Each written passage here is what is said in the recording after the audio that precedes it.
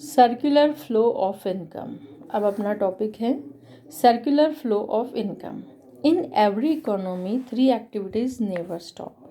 किसी भी इकोनॉमी में ये 3 एक्टिविटीज़ कभी स्टॉप नहीं होती। First, production of goods and services. Second, generation of income. Third, expenditure. सोचो आराम से। Production of goods and services कभी स्टॉप नहीं होते, जनरेशन ऑफ इनकम और एक्सपेंडिचर। अब देखो, इसे ध्यान से समझो। Production of goods and services यानी प्रोड्यूसर सेक्टर है, प्रोडक्शन करता है। 2 टाइप के गुड्स स्पेशली बनाता है, कंजम्पशन गुड्स। कंजम्पशन गुड्स क्या होते हैं? कंजम्पशन गुड्स या कंज्यूमर गुड्स जो कंज्यूमर की वांट्स को सेटिस्फाइड करते हैं, है ना। कंज्यूमर के सेटिस्फेक्शन के लिए जो गुड्स बनते हैं, कंज्यूमर गुड्स। और प्रोड्यूसर गुड्स जो प्रोडक्शन में हेल्प करते हैं, उसमें इंटरमीडिएट गुड्स और कैपिटल गुड्स आते हैं। मतलब प्रोड्यूसर सेक्टर जो है वो प्रोडक्शन करता है गुड्स एंड सर्विसेज का। सर्विसेज आपको पता ही है ना। अब किसी भी इकोनॉमी में production of goods and services stop नहीं होता है। सेकेंड, हम बात कर रहे हैं जनरेशन ऑफ इनकम, है ना। Producer sector house hold sector से क्या क्या लेता है? आप लोगों को वही बातें मैं कितनी बार बता चुकी हूँ कि प्रोड्यूसर सेक्टर डिपेंड है हाउस होल्ड सेक्टर पे। यदि house hold sector producer sector को रेंट देता है तो उसे इनकम जनरेट होती है। रेंट पे लैंड देता है तो इनकम जनरेट होती है रेंट। यदि कैपिटल देता है तो इंटरेस्ट। यदि लेबर है, एम्प्लॉई है house hold sector producer sector के, वहाँ खुद एम्प्लॉई है तो उन्हें वेजेस मिलती है। और यदि कोई एंटरप्रेन्योर है तो उसे प्रॉफिट मिलता है। मतलब ये जो इनकम जो है, generation of income in terms of wages, interest, rent and profit, है ना। ये देखो आराम से, generation of income in terms of wages, interest, rent and profit. किसी को भी इनकम, आप बहुत ध्यान से सोचो, पूरी इकोनॉमी में यदि कोई अर्न करता उसको इनकम होती है तो या तो वो किसी का लेबर है। अब सुनना ध्यान से, लेबर का मतलब सिर्फ फिजिकली लेबर नहीं होता है ना। इकोनॉमिक्स में डॉक्टर, पुलिस, टीचर सब लेबर होते हैं, है ना। वो अपने माइंड से अर्न करते हैं पर वो लेबर ही कहलाते हैं इकोनॉमिक्स में, है ना। तो लेबर जो है उसे वेजेस मिलती है। कैपिटल, जिसने पैसा लगाया है उसको इंटरेस्ट मिलता है। तो देखो, किसी भी इकोनॉमी में या तो वेजेस से कोई अर्न कर सकता है या इंटरेस्ट से कर सकता है, या उसने अपना कुछ रेंट पे दे रखा हो, है ना, तो उसे रेंट रिसीव होता है। या फिर वो क्या कर रहा है, रिस्क बियर कर रहा है, इसलिए उसे प्रॉफिट अर्न कर हो रहा है ना। तो पहले ये देखो, प्रोडक्शन होगा, जनरेशन ऑफ इनकम होगा, और थर्ड पॉइंट पर इसका क्या, ये देखो, प्रोडक्शन होगा तो हाउस होल्ड सेक्टर की ज़रूरत पड़ेगी। हाउस होल्ड सेक्टर अपने फैक्टर और सर्विसेज प्रोवाइड करेगा, लेबर, कैपिटल, लैंड, एंटरप्रेन्योरशिप के रूप में। तो इन्हें ये इनकम जनरेट होगी। फिर इस इनकम को वो एक्सपेंस करेंगे, है ना, एक्सपेंड करेंगे। तो third point, expenditure, consumption expenditure और investment expenditure.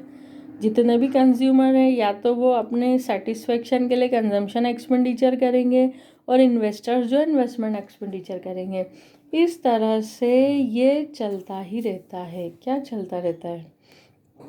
Production of goods and services, है ना, जनरेशन ऑफ इनकम और एक्सपेंडिचर, है ना। अभी हम जिन परिस्थितियों से गुजर रहे हैं, कोरोना वाली स्थिति में, आप सोचो बहुत सारी चीज़ों का प्रोडक्शन और बहुत सारी सर्विसेज स्टॉप हो गई थी। यहाँ लिखा है कि 3 एक्टिविटीज़ नेवर स्टॉप, पर फिर भी कुछ प्रोडक्शन और कुछ सर्विसेज अभी हमारी स्टॉप हो गई हैं। तो क्या प्रॉब्लम आई? बहुत सारे लोगों को जनरेशन ऑफ इनकम में प्रॉब्लम आई, यानी बहुत सारे लोग अनएम्प्लॉय हो गए क्योंकि किसी कारण से बहुत सारी फैक्ट्रीज और सर्विसेज बंद हुई। तो जो है हाउस होल्ड्स को जनरेशन ऑफ इनकम, इनको इनकम नहीं हो पा रही है, और इनकम नहीं हो पा रही है तो ये लोग एक्सपेंस नहीं कर पा रहे हैं। अभी की स्थिति से हम समझें यदि इस चीज़ को, कि आप कहो कि आप तो कह रहे हो कि किसी भी हालत में प्रोडक्शन है और जनरेशन ऑफ इनकम और एक्सपेंडिचर कभी भी बंद नहीं होता, पर अभी बंद हुआ है, पर यह ध्यान रखो पूरी तरह से बंद नहीं हुआ है। क्या हमें खाने के सामान नहीं मिल रहे हैं या ज़रूरी चीज़ें नहीं मिल रही है या हर किसी की इनकम बंद हो गई है? नहीं, हर किसी की बंद नहीं है। जो लोग रिलेटेड है, जैसे जिस फैक्ट्री से रिलेटेड है जहाँ प्रोडक्शन बंद है, उन लोगों को वो लोग अनएम्प्लॉय हुए हैं, बाकी बहुत सारे लोगों को इनकम हो रही है ना। और जैसे किराने की दुकान वाले हो रही है भाई उनको, और किराने का जितना सामान है, सब्जियां हैं, फल फ्रूट है, वो सबको इनकम हो रही है ना। और जिनको इनकम हो रही है वो एक्सपेंस भी कर रहे हैं, और जिनको इनकम नहीं भी हो रही है वो अभी एक्सपेंस कर रहे हैं, एक्सपेंडिचर में। अभी ये जो 1-2 मिनट मैंने एक्सप्लेन करा है वो कोरोना के इसमें एक्सप्लेन करा है, पर किसी भी इकोनॉमी में बेसिकली अपना पॉइंट, कोरोना तो भगवान करे 1-2 महीने में ख़त्म हो जाए, पर अपना जो टॉपिक चल रहा है वो क्या है ना। किसी भी इकोनॉमी में production of goods and services, और ये आपका क्या है, जनरेशन ऑफ इनकम और एक्सपेंडिचर, ये किसी भी कीमत पर स्टॉप नहीं होता है। आई बात समझ में? अब ये स्टॉप नहीं होता है तो क्या होता है, सुनो ध्यान से। Circular flow of income means the circularity of the flows of production, income and expenditure in an economy। यानी एक डेफिनेशन निकल रही है 1 मार्क में कभी आए तो। सर्कुलर फ्लो क्या है? Circular flow of income, circular flow of income क्या है ना। Circular flow of income means the circularity of the flows of production, income and expenditure in an economy। एक इकोनॉमी में production, income, expenditure, production, income, expenditure, production, income, expenditure. देखो आपके जो ये जो साइकिल है, ये हम समझ नहीं पा रहे हैं कि ये शुरू कहाँ से हुआ है और ख़त्म कहाँ हुआ है। बस इसीलिए इसे क्या कहते हैं, सर्कुलर फ्लो। क्यों कहते हैं भैया ऐसा circular flow? It is difficult to trace the beginning of this activities and it is impossible to predict their end. यानी ये कहाँ से शुरू हुआ है ये बता पाना मुश्किल है, और ये जो तीनों एक्टिविटीज़ है इसका एंड कहाँ होगा ये बता पाना मुश्किल है। तो हम बता ही नहीं सकते, इसलिए और क्या कह सकते हैं, unending flow of the activities of production, income generation and expenditure called circular flow of income, है ना। हम बता ही नहीं सकते हैं कि ये जो 3 एक्टिविटी है इनका unending flow of the activities, production, income generation और एक्सपेंडिचर। लास्ट 1 मिनट ध्यान से सुनो। ये है, ये जो मैंने एक सर्कल बना के रखा है, ये 3 फेस ऑफ सर्कुलर फ्लो है ना। इसके जो 3 फेसेस हैं, सुनना ध्यान से। 3 फेसेस जो हैं, फर्स्ट सेकंड थर्ड तो मैं बोल ही नहीं सकती। क्यों नहीं बोल सकती?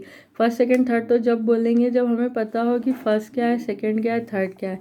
इसीलिए इसे सर्कल में बना के शो करा है ना। फिर भी अपन ले रहे हैं production of goods and services.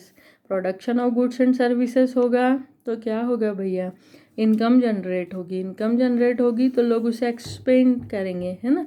Production होगा production of goods and services के लिए किसकी ज़रूरत पड़ेगी, फैक्टर सर्विसेज की। जो फैक्टर सर्विसेज प्रोवाइड करेंगे उन्हें इनकम जनरेट होगी, जिन्हें इनकम जनरेट होगी फिर वो एक्सपेंडिचर करेंगे, है ना, अपनी इनकम का। तो ये 3 फेसेस जो हैं, 3 फेसेस ऑफ सर्कुलर फ्लो आप अच्छे से समझ लो, है ना।